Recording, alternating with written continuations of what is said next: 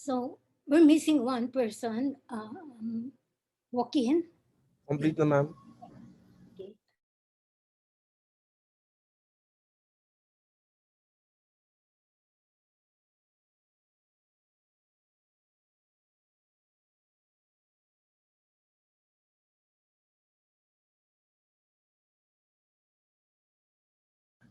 Eh, nawala si ma'am. Wait lang.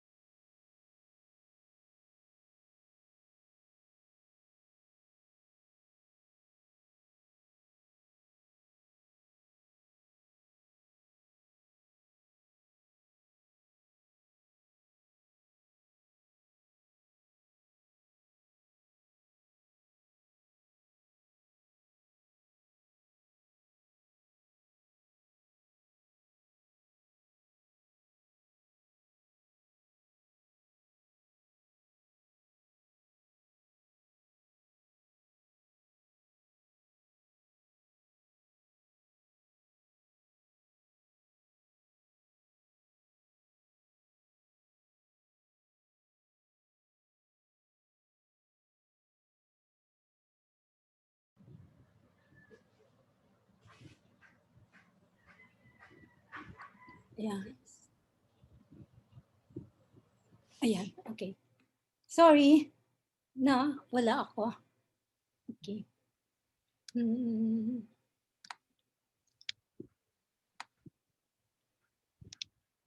Okay, so this is 233. My name is Nympha Mendoza, so I'll be handling this course for this semester. So you are all PhD students. So we have Lul Hakson, Isela Tagura, Joaquin Gonzalez, and John Foss Turla, or JF Turla. So you're called JF. Yes, ma'am. You're called Joaquin. Yes po. Isela, tama? Yes, ma'am. Yeah, for Maria Lourdes. Okay. Okay, so you have taken your 232, the second sem of last school year, right? Yes po. Yeah, so today we'll go over the course outline. It's just a proposed course outline in terms of the choice of topics. And I want to have a feel also of how far you have gone in 232. And then we'll just have a warm-up session. We'll be taking instrumental variables and two-stage least squares at pretty easy level so that you would have an intuition of instrumental variables and two-stage least squares. Okay. Okay, so feel free to interrupt me if you have questions. Anyway, you're just for the class. Okay. So I'll share screen for the course outline.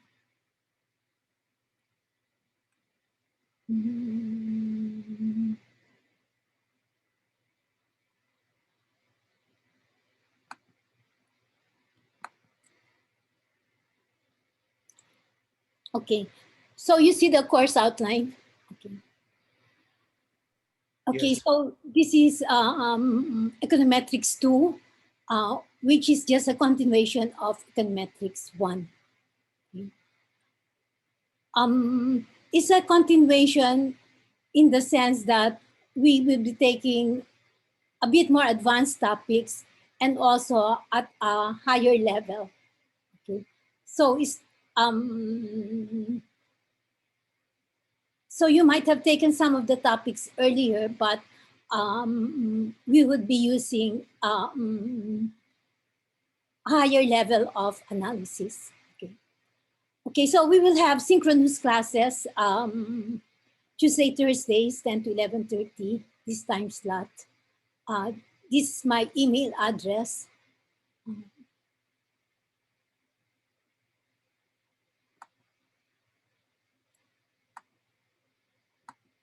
Okay. And I will have office hours um, also through Zoom, uh, Tuesday, Thursdays, 3 to 4 p.m. But please set or outside this time period, then just let me know. But even Tuesday, Thursdays, please inform Charles if you want to meet me during that time slot. Okay. Um, so Charles here would be your teaching fellow. So he'd be holding discussion classes and also helping you out with data and the problem and the um, problem sets. Okay. Um, I would like you to have discussion classes or meet with him quite regularly, uh, starting not this week but probably next week. So I leave you to Charles towards the end of the class so you can arrange a common time for the five of you to meet. Okay. Um, you can also reach him through his email. Okay.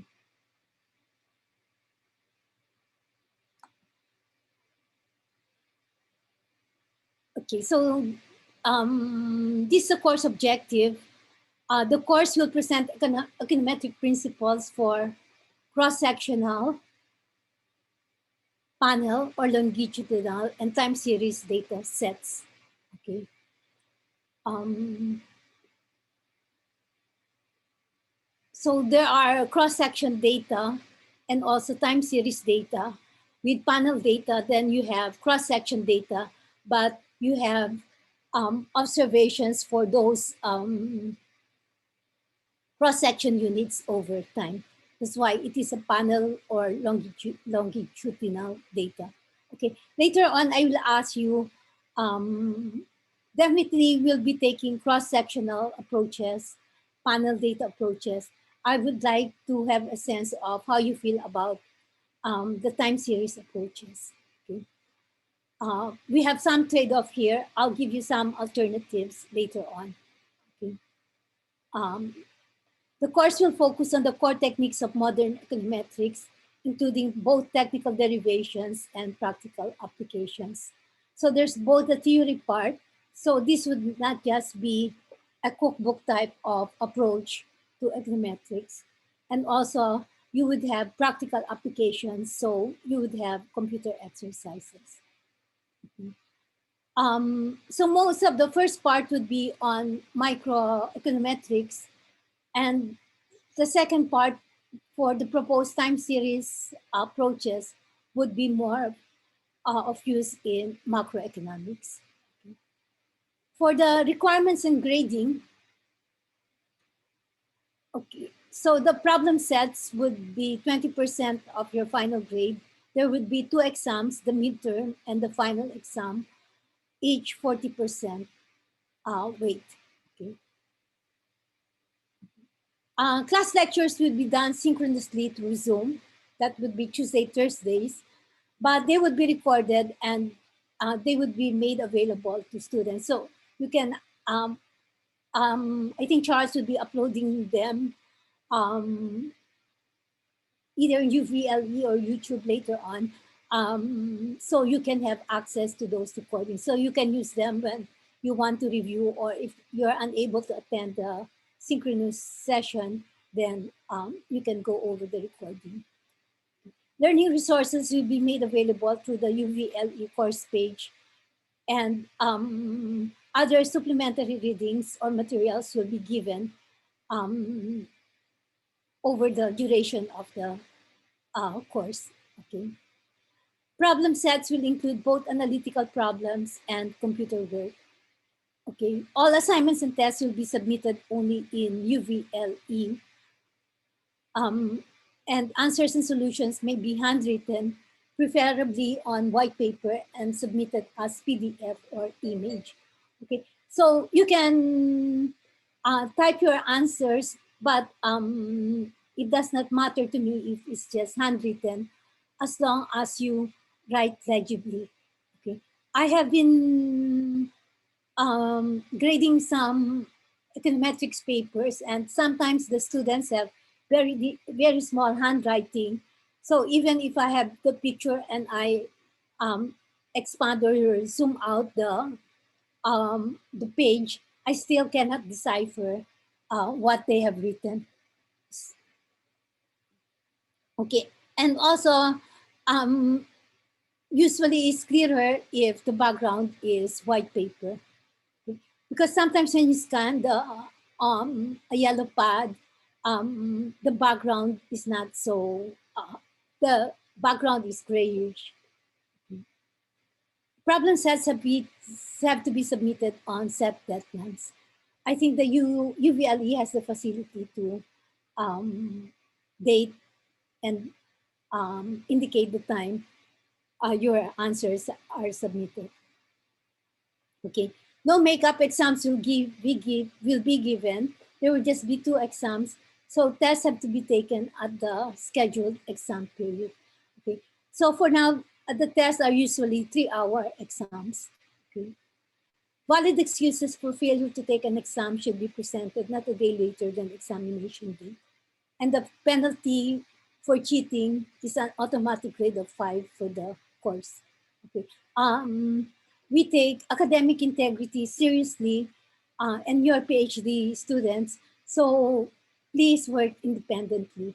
For the problem sets, you can discuss the answers to the questions and the answers to the problem sets among yourselves, but you have to submit um, written answers individually. Okay. Okay. And usually, if I see that you just more or less took each other's answers, um, answers, and your answer is wrong, usually I'm more strict. I tend to give a lower grade. My reasoning is that, well, suppose three of you copied or two of you copied each other's answers. Well, there are already two or three brains working on it, and you're both, and you're all wrong. So the greater would be the penalty. Okay. For cheating, the student, aside from the penalty in the course, which is an automatic grade of 5, the student may also be subject to disciplinary sanctions by the school and the university. Okay. I don't have to, usually for cheating, I catch them when I'm grading the papers, because the questions are such that you cannot really have very similar. There should be some variation between your answers. Okay. Okay. Any questions? Do you have, is it, do you have questions on the above notes? None? Okay. The recommended textbooks, well, I listed 4.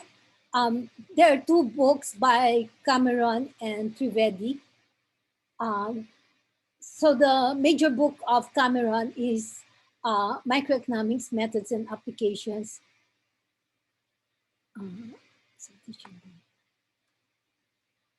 And a supporting book is Microeconometrics Using Stata. This is quite an old book, 2010, and Stata already has evolved. All of you have copies of the latest version of Stata, Stata 16. Yes. Okay. And then the other 2 books are by Wooldridge. I think you use in 232, the introductory econometrics book. Is that right? And for 233, at a the book at a higher level is econometric analysis of cross-section and panel data. Okay. So this does not have the time series topics. Okay. In my past 233 classes, I have used this second book of Woolridge and not the introductory econometrics textbook. Okay, because the introductory econometrics textbook is actually for undergrad level and at the master's level. Um, but since you are 233 is basically a PhD course, then I shift to this second book, econometric analysis of cross section and panel data. In fact, the chapters I will denote I denoted in the course outline, which I'll show later, um, are chapters in this book by Wildridge. Okay. You might want to look at these other books since you are PhD students, maybe not during the semester because it's pandemic times. Um, so these are quite classic books. Okay. Um, so another commonly used econometrics book is the book by Green. So if you look here at Green, his book is already into its 8th edition. Okay. And this is also used at the graduate level. Yeah.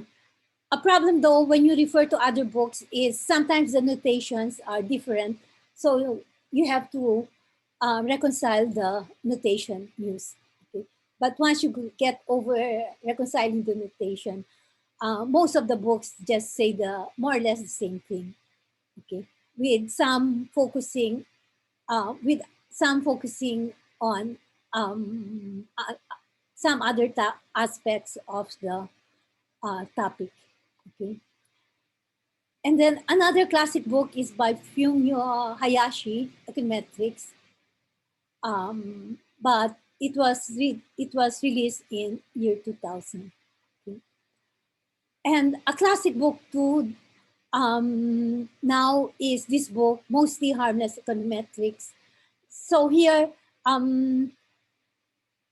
you would they more or less have a survey on the literature on specific topics. Okay. So I would suggest that you focus first on this first set of books. Maybe for now, just focus on the Woolridge books. The first Woolridge book is the easier version. The second book is the higher level version. Okay, and if you want to um, explore more on the topics, then you can look at Green and Hayashi and also Angris. Okay. So this Angris book is not really a textbook, unlike Green's and Hayashi. It's more of a collection written by them on several topics. Okay. Then for time series, I've listed 2 here by Hamilton and Enders, but we'll discuss later on if we would continue with the time series topics. Okay. Okay, so the chapters, the readings, so this is the course outline. Okay, first I'll ask you how far you have gone in 232. Um, Who is? yeah. Wait, I have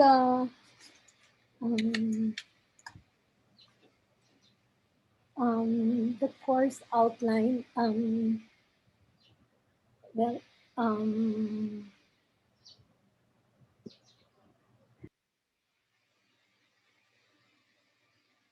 I'll pull out the course outline.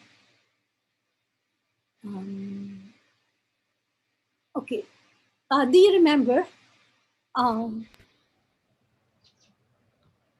Ma'am? what topics did you finish? Hold on. I'll pull the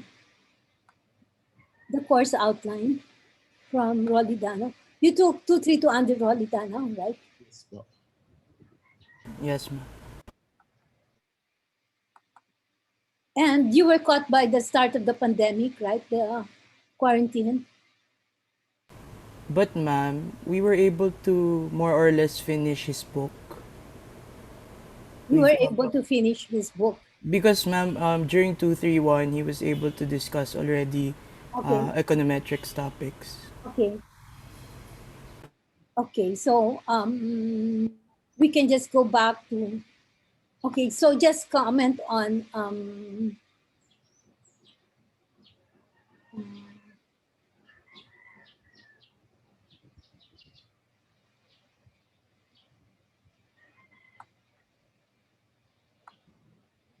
Okay. Okay. So here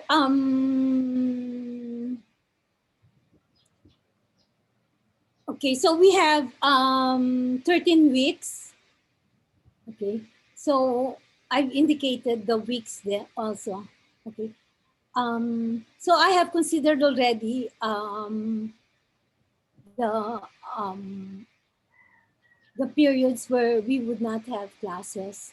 So these are just some notes on the school calendar. So officially, classes started yesterday, March 1, and they would end June 11, Friday. So that gives us um, already taking into account the no class days, 13 weeks of classes. Okay. So towards the end of this month, we would have the Lenten break, which is a week. And then midterm would be April 24, Saturday. So that's the middle of the semester. And then towards the end of April also, we would have another week of reading break. And the final exam period would be June 14 to June 19. Okay. So these are the proposed topics. Okay. So today we'll have a review of endogenous regressors and instrumental variables. We'll do that today, this week, today and Thursday. Okay. So you have taken already instrumental variables, right? You did already, and also two-stage least squares, right? In 3-1 po, yes po. Yeah. In 231, Yeah, okay, but not in 232. hindi po. Okay. And then the second topic here is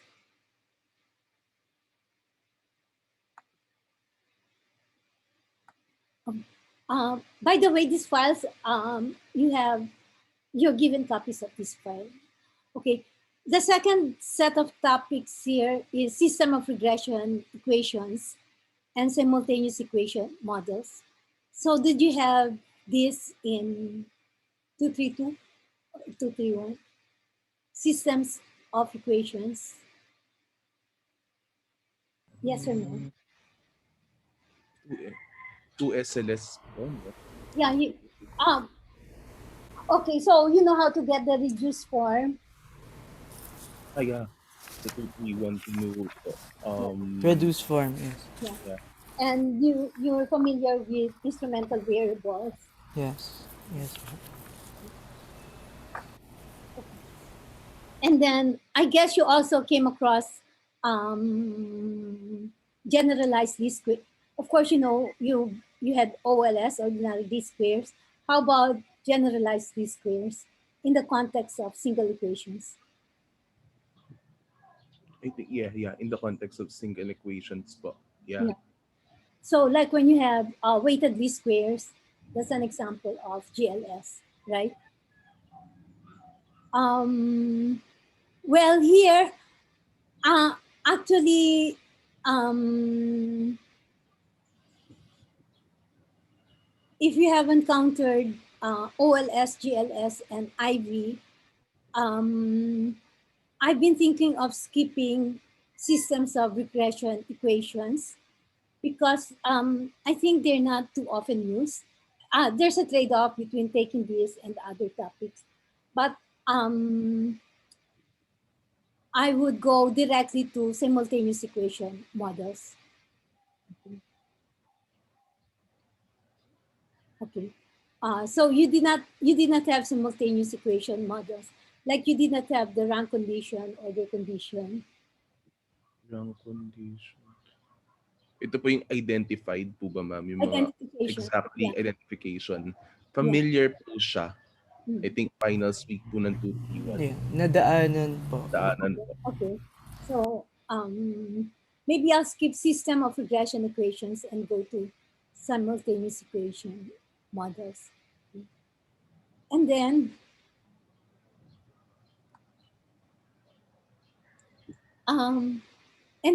um, I'm thinking that after simultaneous equations, well, I have panel data here. The panel data approaches. Did you have fixed effects, random effects? No po. Okay. No, ma'am. Okay.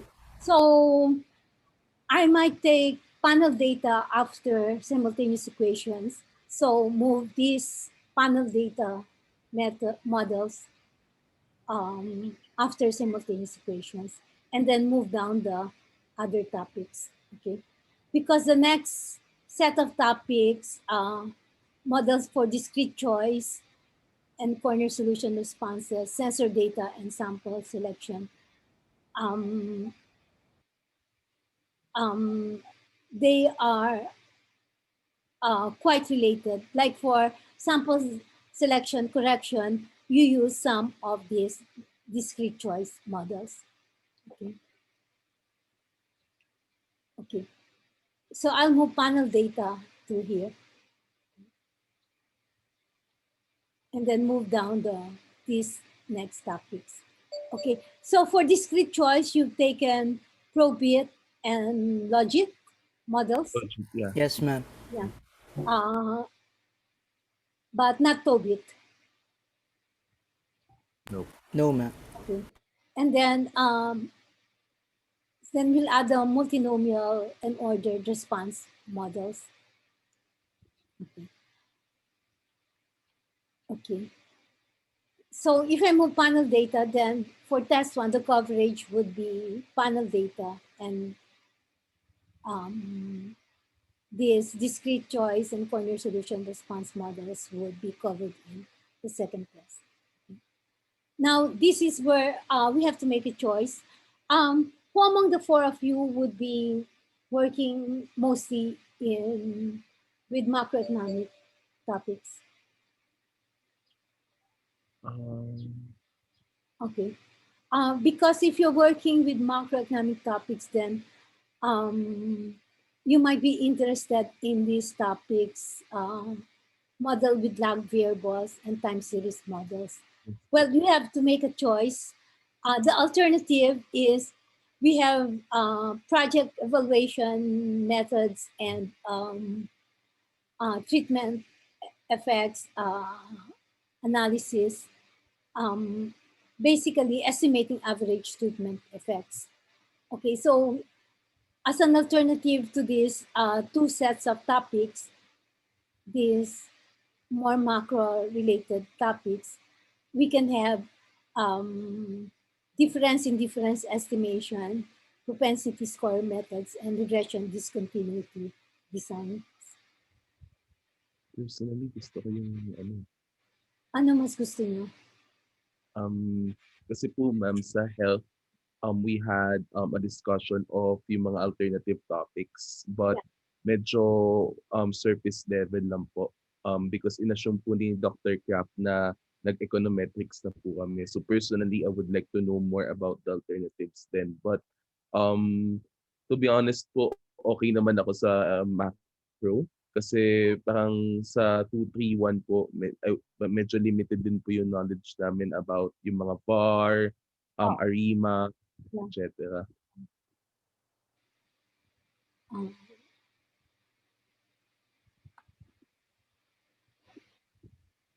yeah. How about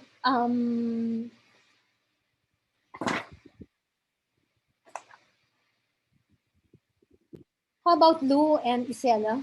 What's your preference? Hi, ma'am. Lou? Sa akin naman po, baliktad po kami ni Wax. Sa akin po kasi nung undergrad po, kinuha po namin yung mga VAR, BECM, and mga ARDL, ganun po. So, I would like to know more about the alternatives sana. Okay. How about Isela?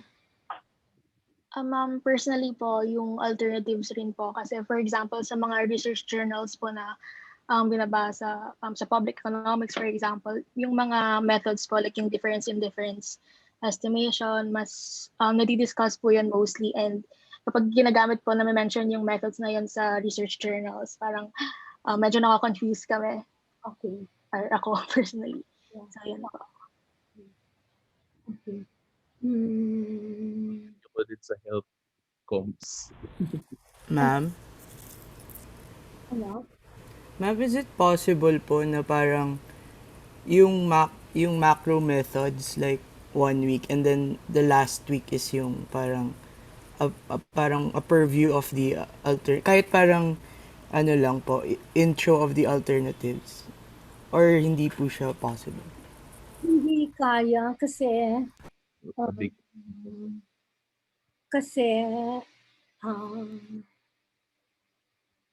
bigot yun natin. um, hmm,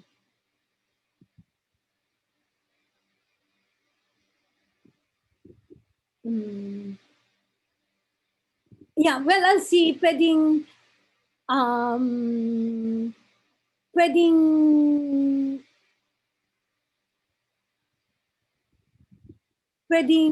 I'll choose yung more basic dito. Siguro, this time, yung stationary stochastic processes unit roots.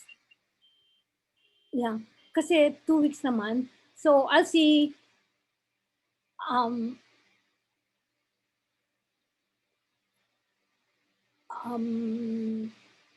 so I'll just reduce the coverage for time series. And then this other set,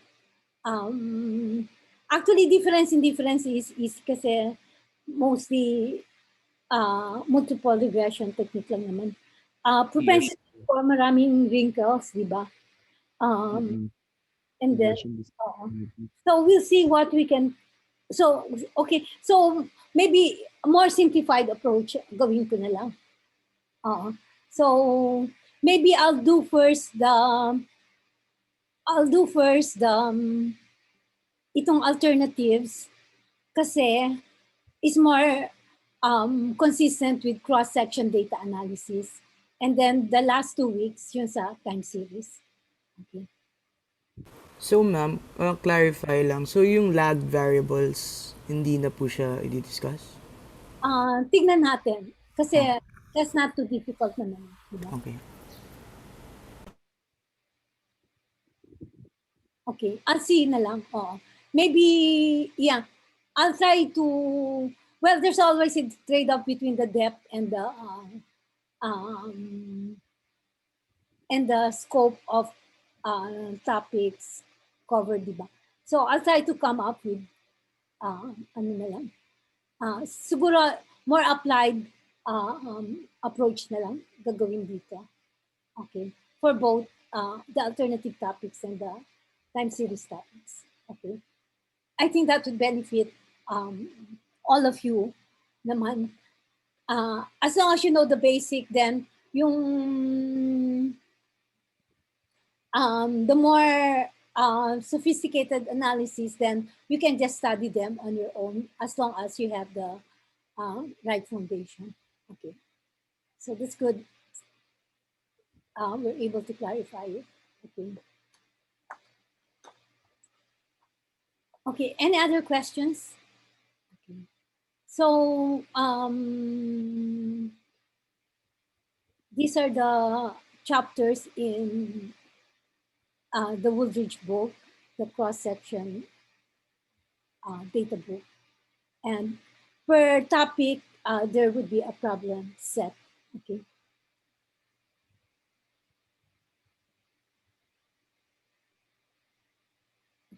So the first test is most likely after the after the Holy Week. after Holy Week. Yeah. Okay. Okay. And then I will also make another file where I would be listing down the other references or handouts I give in class. Okay. Okay. Okay. Any other question for now? So that's the course outline. Okay.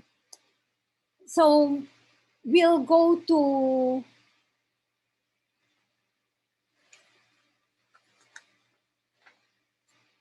um, we'll go to instrumental variables and two-stage least squares.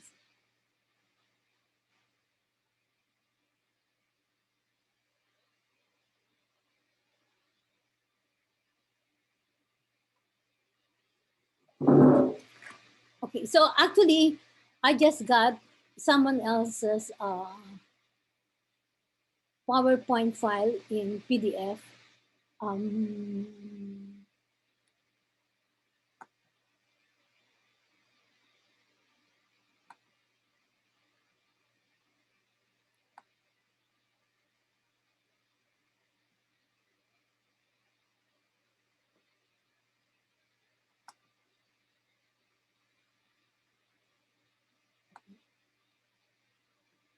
okay, so I was sort of preparing. I was preparing my lecture notes, typing my lecture notes. Then I felt that it was sort of at a higher level than I'd like to at this for the first session. Okay. So fortunately, I found these slides from Pasalakwa from Harvard University. Okay.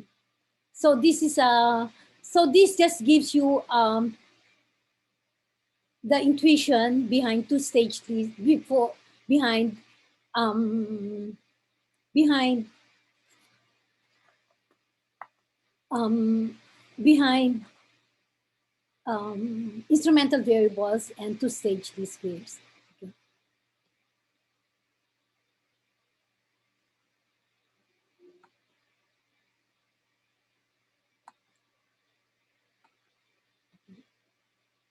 Okay, so this is the outline of the PDF of this file. Okay, so first we will illustrate simultaneous causality, then the introduction to instrumental variables, the conditions. Okay, um, after after maybe on Thursday, we'll go back to instrumental variable regression and take it in matrix form. Okay.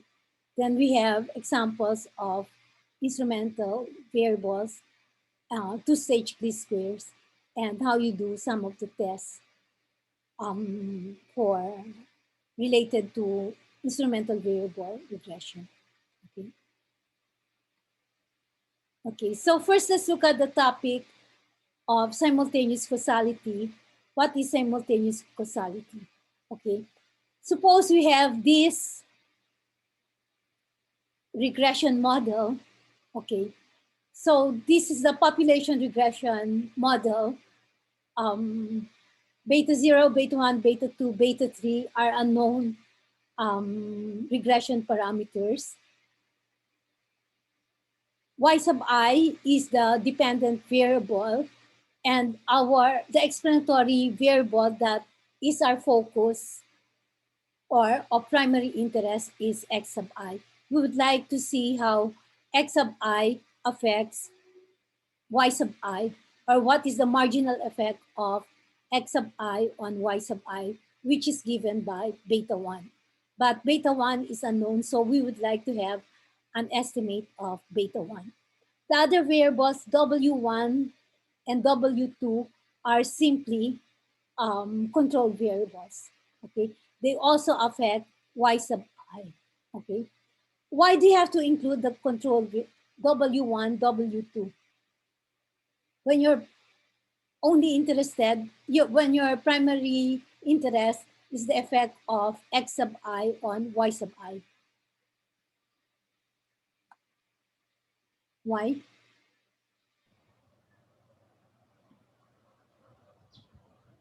Is it So, okay to drop W sub 1 and W sub 2 since we're just no, interested in beta 1? no po. Why? Why not? Um, because magkakaroon ng omitted variable Yeah, bias yeah.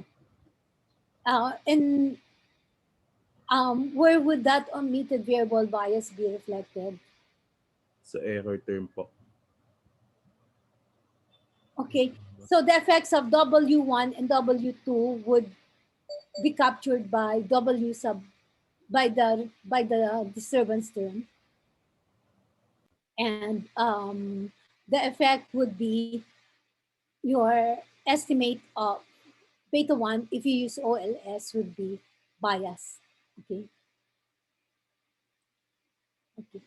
Um, Simultaneous causality arises when, okay, so X affects Y, but it's also true that Y affects X. So there's simultaneous causality. Okay.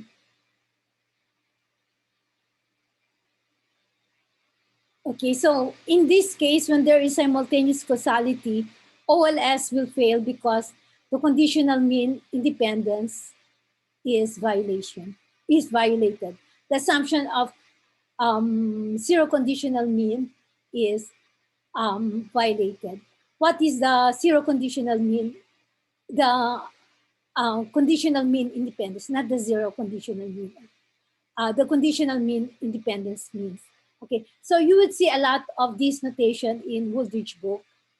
Okay, the expected value of u given x w1 w2. Okay, so the expected value of u given x w1 w2 is equal to the expected value of u given w1 w2. So x disappears in this term. Okay, so what does that mean that x disappears? This means that, okay, so this is an error, this is a typo. This should be w sub 1 w sub 2, not c sub 1 c sub 2. This says that if this is true, the conditional mean independence, then x is as good as randomly assigned. Okay. Okay. Yeah. So okay. Okay. So actually, in my 231 class,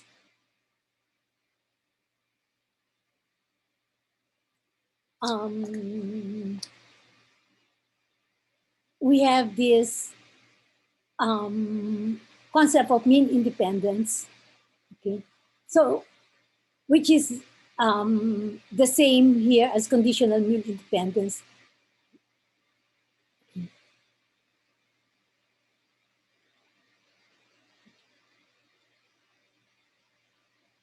Okay, so is that clear? So if this is true, you have conditional mean independence, then it is as good as X is randomly assigned.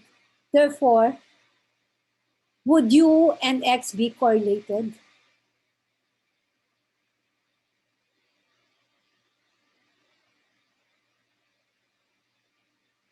No.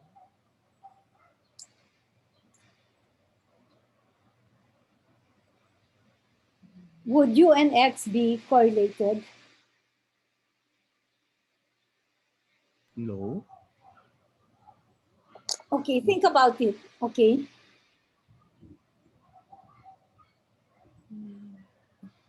Um, okay.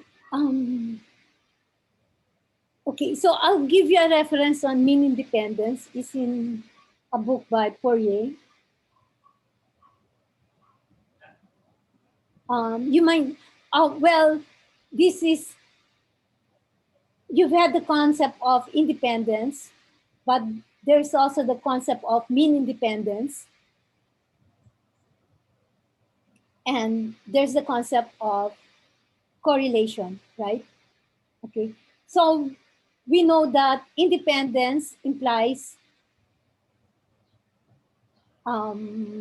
if two variables are independent, then the two variables are not correlated, right? Yeah. Okay. However, if two variables are have zero correlation, does that imply that they are independent? Mm,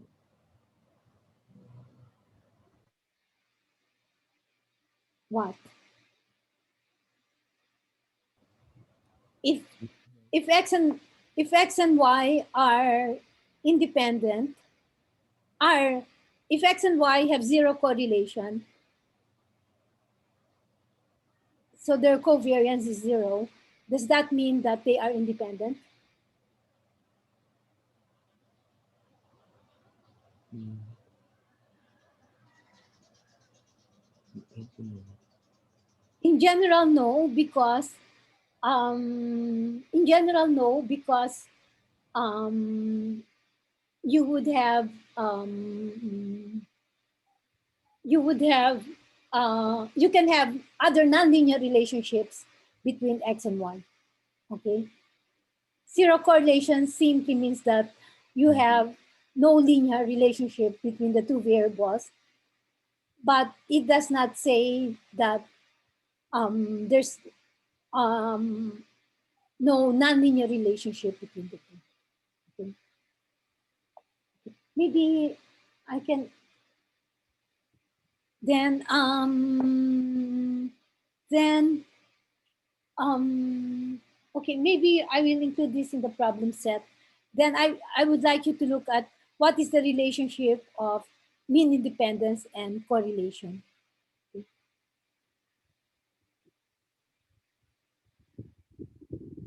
Okay.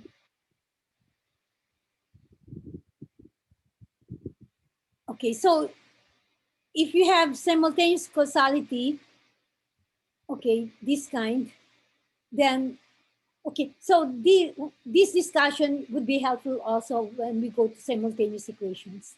Okay. Because in simultaneous equations, you have x affecting y and also y affecting x. Okay. Okay. Okay. However, this simultaneous causality is not fixable as an omitted variable bias. OVB is omitted variable bias. Okay. And in omitted variable bias, you have the expected value of u given x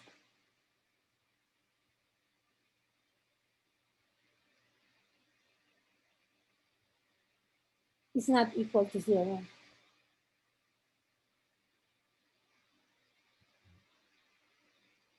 Okay. Because if you have omitted variable bias, what are the remedies for that?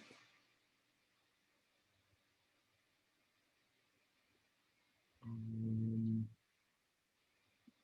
no, just add What methods have you taken so far for G omitted variable bias? ah IV What? instrument wait, Okay. variable Um, variable. yeah.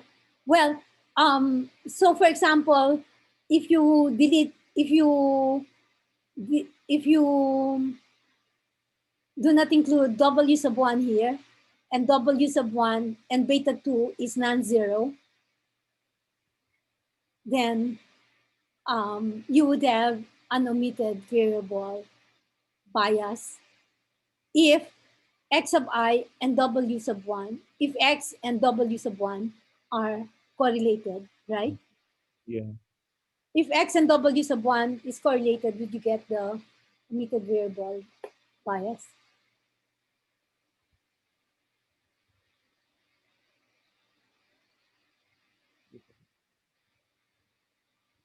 Well, it won't be a problem if X and W sub 1 are not correlated. Then beta 1, you won't get the bias in beta 1.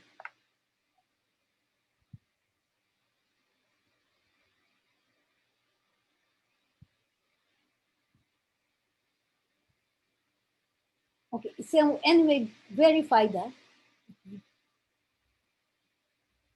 Okay, so when you have an omitted variable, then maybe uh, some remedies would be like using a proxy variable, right? IV. Okay. So you find a variable that's correlated with W sub 1. So suppose, well, in wage studies, usually in the disturbance term, ability is the omitted variable, the usual omitted variable is ability, and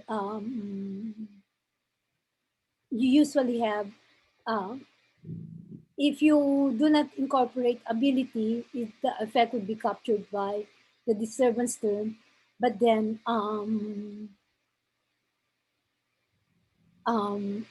you can have a proxy variable for ability, maybe an IQ score or something. Okay.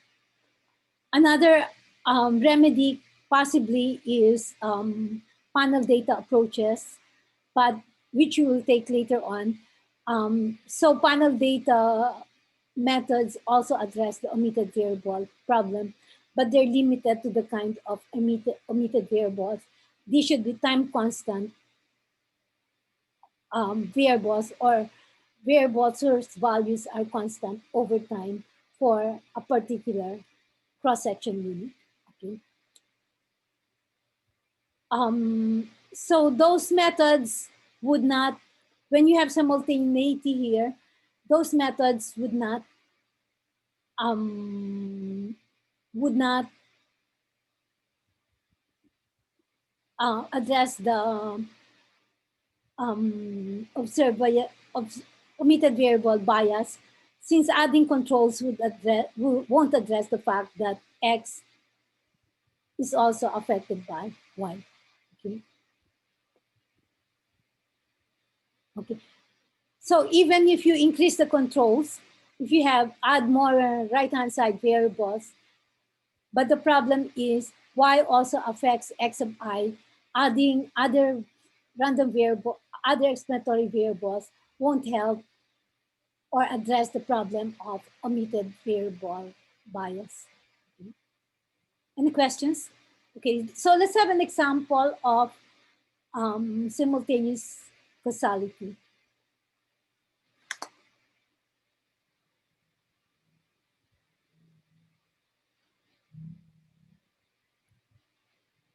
Okay.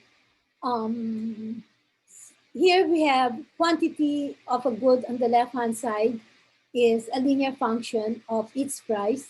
So we have quantity sub I is equal to beta sub 0 plus beta 1, price of I plus U sub I. Okay. But we know that changes in price affect quantity supplied and demanded, right? Okay. So price affects quantity supplied and quantity demanded. Okay, and changes in quantity supplied and demanded also affect price. Okay, so if the price goes up, for example, the price of pork goes up, then the quantity demanded of pork goes down, the quantity of supply of pork goes up. Okay, but changes in quantity supplied and um, demanded also affect the price. So if there is shock in an exogenous shock, say we have the um,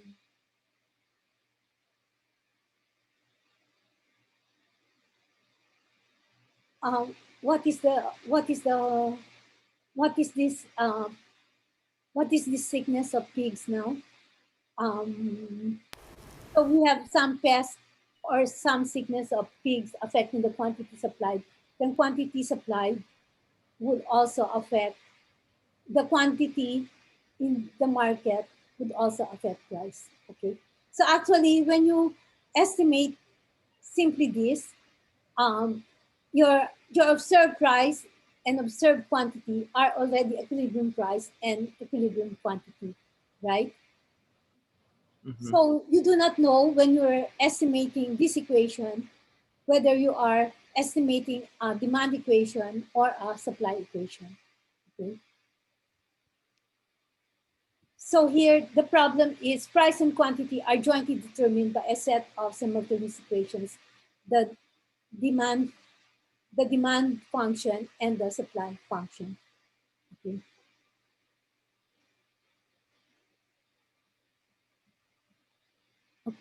Did you take that example in 231 or 232? Mm,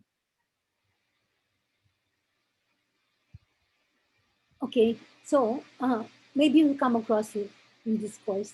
Okay, so other examples of simultaneity are democracy and growth.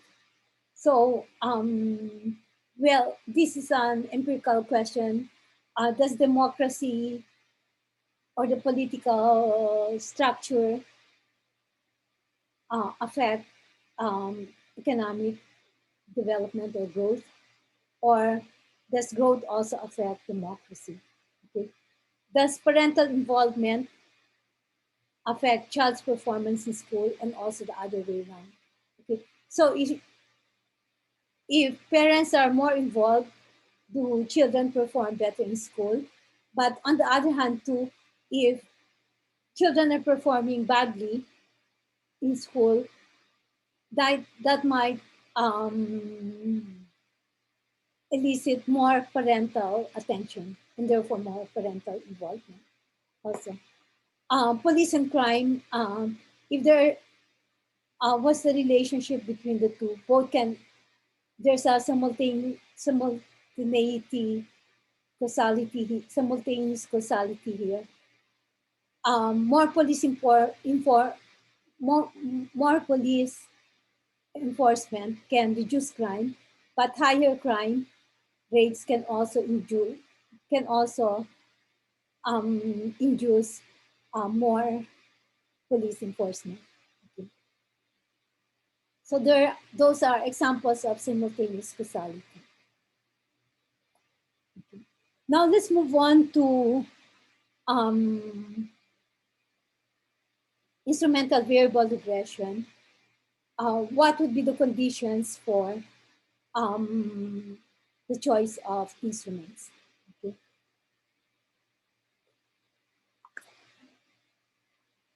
Okay, so instrumental variables are useful for estimating models with, well, we have taken simultaneous causality, we have mentioned omitted variables, and also we have measurement error.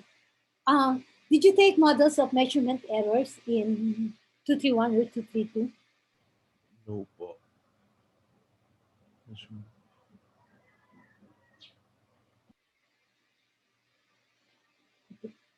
The book by Woolridge, the introductory um, book, have some sections on measurement error. So instrumental variables are useful when we cannot just add control variables for the omitted variables. Okay.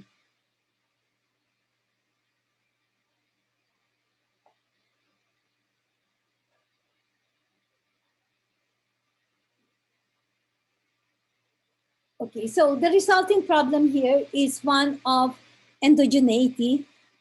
What do we mean by the problem of endogeneity?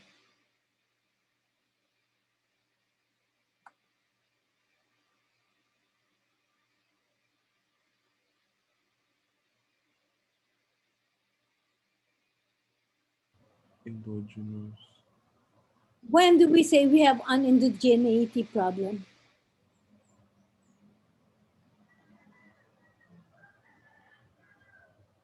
Regressors.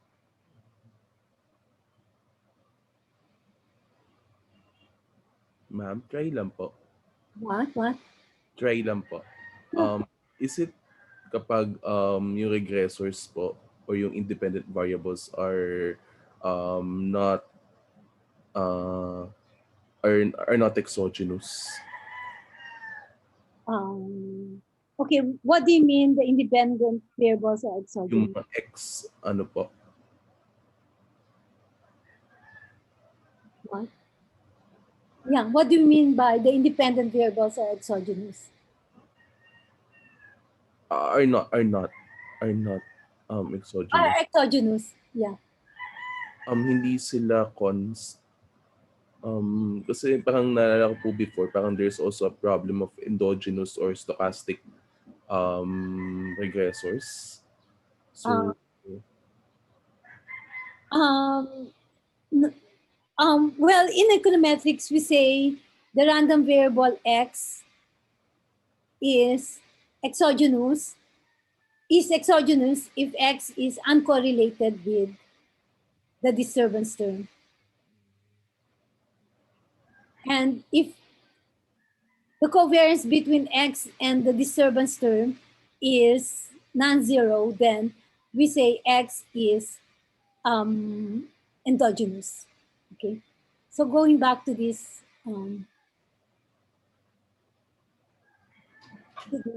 okay, so for any explanatory variable, so let's say, okay, so when do we say x is exogenous? X is exogenous if x and the disturbance term here have zero covariance. And x is endogenous if x and this disturbance term have non-zero covariance, or x and u are correlated. Okay. The same thing, suppose you have w sub 2. W sub 2 is exogenous if w sub 2 and this disturbance term have zero covariance or they are uncorrelated. Endogenous if W sub 2 and the disturbance term are have non-zero correlation. Is that clear? yes.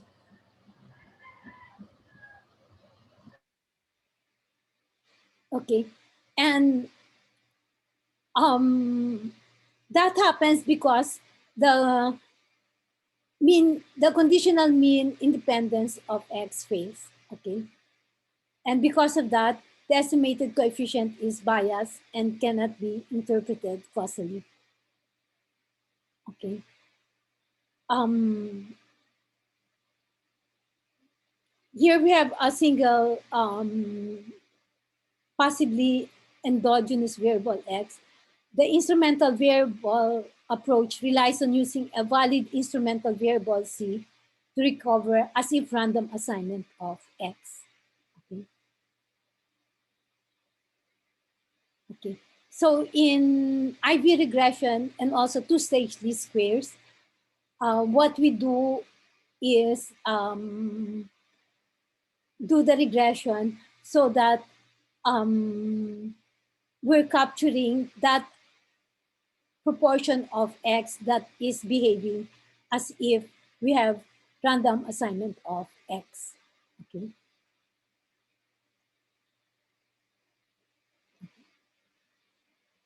Okay. So we have this.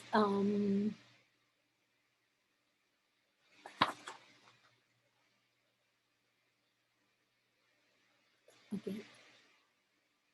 Okay. So we have here simple linear regression model. Uh, what we want to know is the causal effect of x and y. What is the effect of x and y? Or what is the marginal effect of x and y, which is given by beta 1. And we want to have an estimate of beta 1. Okay. So we're interested in this red line. Okay, okay, we have control variables W sub 1 and W sub 2. Okay.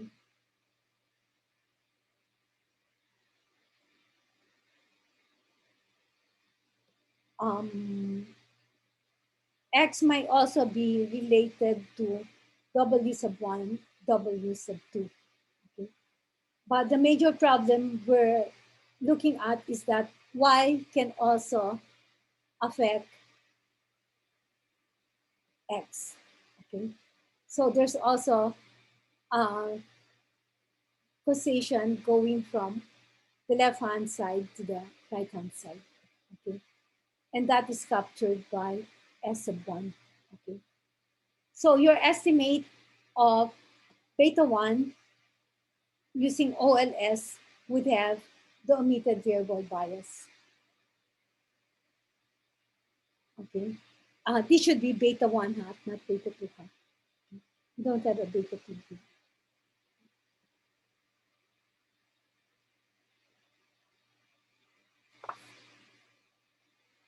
Okay, so we have here the conditions for an instrumental variable. What did you have for the conditions for instrumental variable?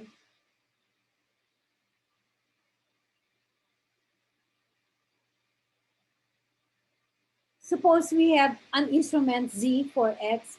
What should be satisfied by Z? Okay. So there are two conditions. Okay.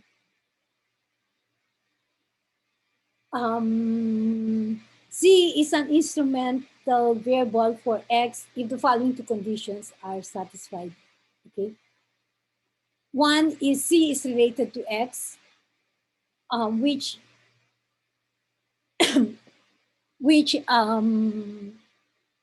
is called the relevance condition. Okay. And secondly, Z must be exogenous. Third, there are two ways of saying the exogeneity condition. Z is as if randomly assigned, and the only relationship between Z and Y goes to X after conditioning on any control variable W. Okay. Okay. Okay, so the problem here is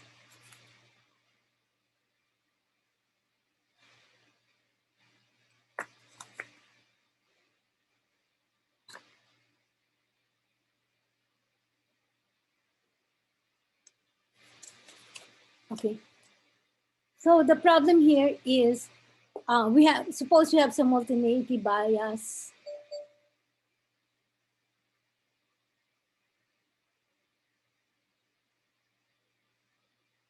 Okay, so we want an instrument, and therefore X is endogenous. Let me see if I can.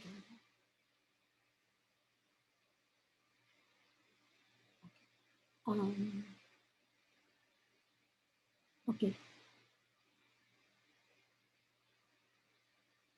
Okay, so there are two conditions for an instrument.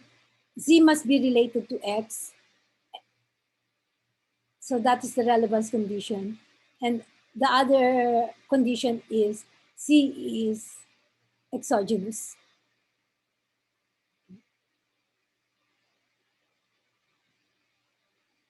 Okay. Let me use my iPad.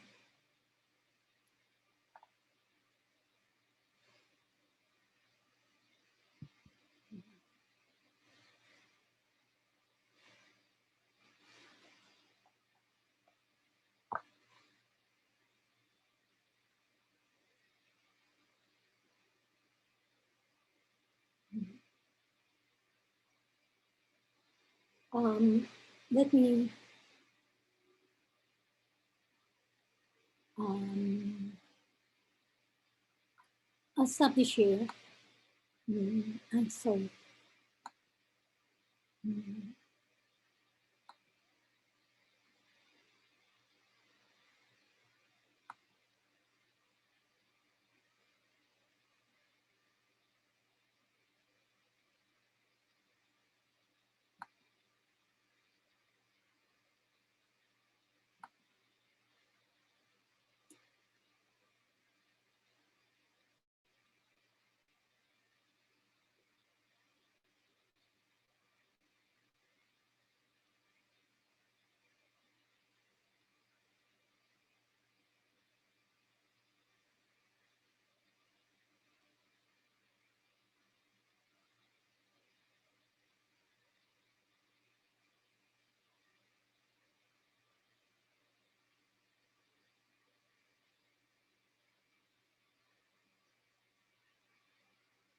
Mm,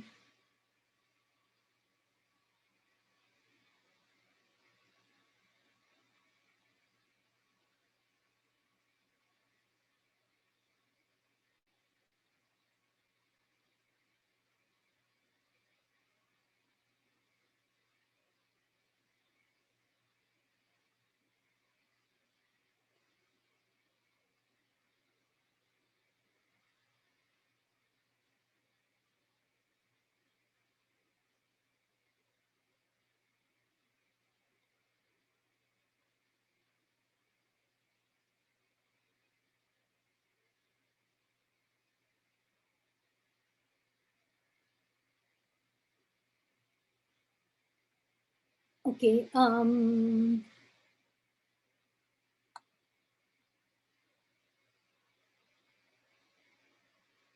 So can you see my iPad now? Yes po.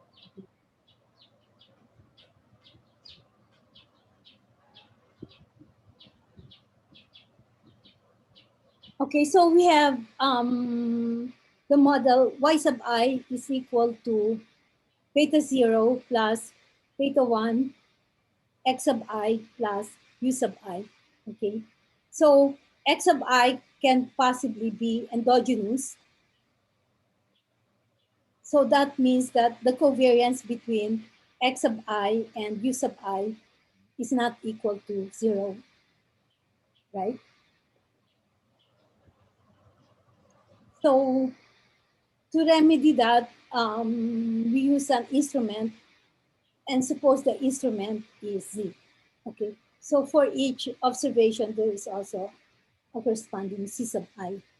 Okay, so what do we need for Z to be an instrumental variable? Okay, so we have two conditions. One is relevance.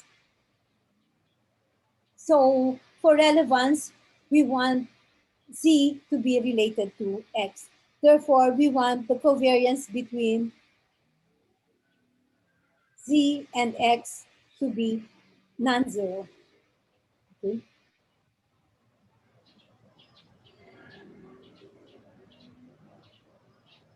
So that is the condition for relevance, right? Mhm. Did you have this in 231, 232?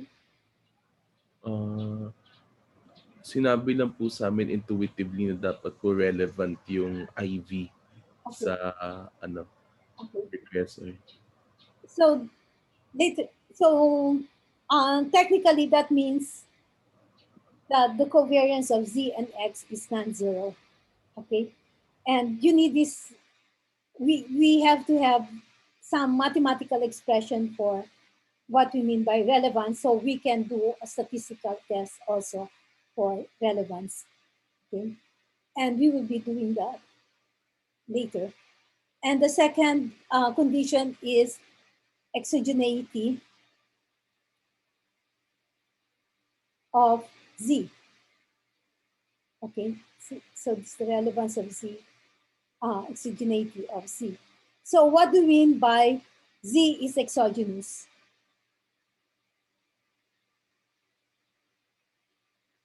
Then using our definition of exogeneity and endogeneity, then we would require the covariance between Z and U to be equal to 0. Is that clear? Yes po.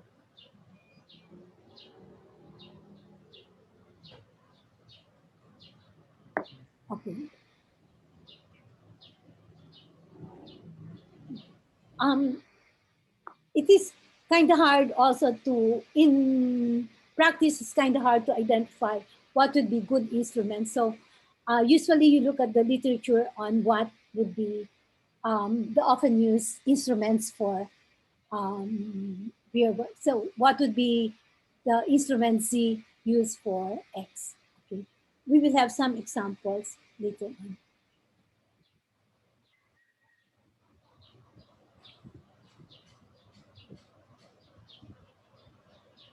Okay, so let's go back to um,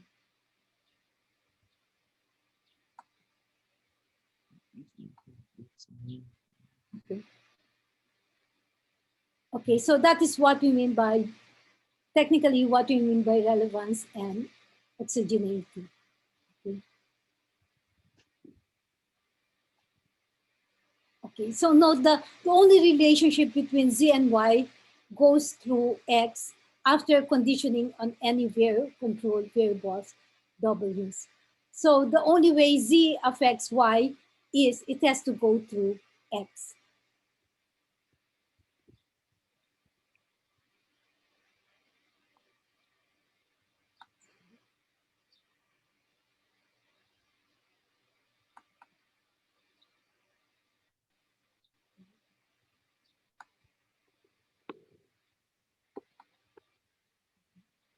So we have the illustration here. So the only way Z, the instrument affects Y is only through X. Okay. Z does not directly affect Y. Okay. So C and X must be, C must be relevant. So the covariance between C and X must be non-zero, or they are correlated. However, Z is exogenous, so the covariance between Z and U sub I is um, 0.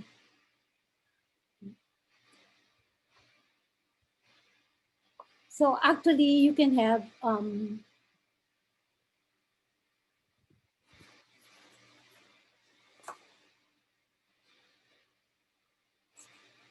actually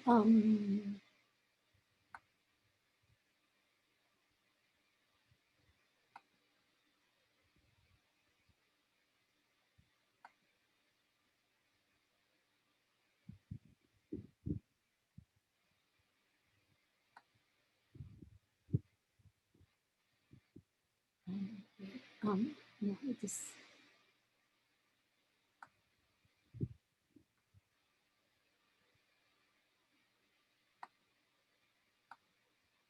So actually, you can have a box here, and then there's actually another component, U sub I, the disturbance term that affects Y. Y. Okay. It's also possible to have two, you have a single endogenous variables and you have more than one instrument. Say for example, C sub 1, C sub 2. So there can be multiple instruments, C sub 1, C sub 2 for the same X. And if both C sub 1 and C sub 2 are relevant, that is, they are correlated with X. Sometimes that is better because you're using more information.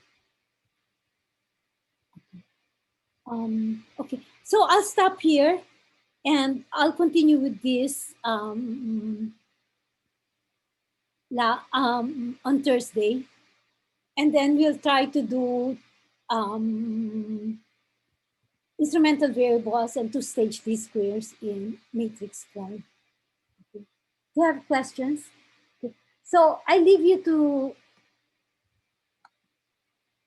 okay. So was that helpful today? Yes Okay. po.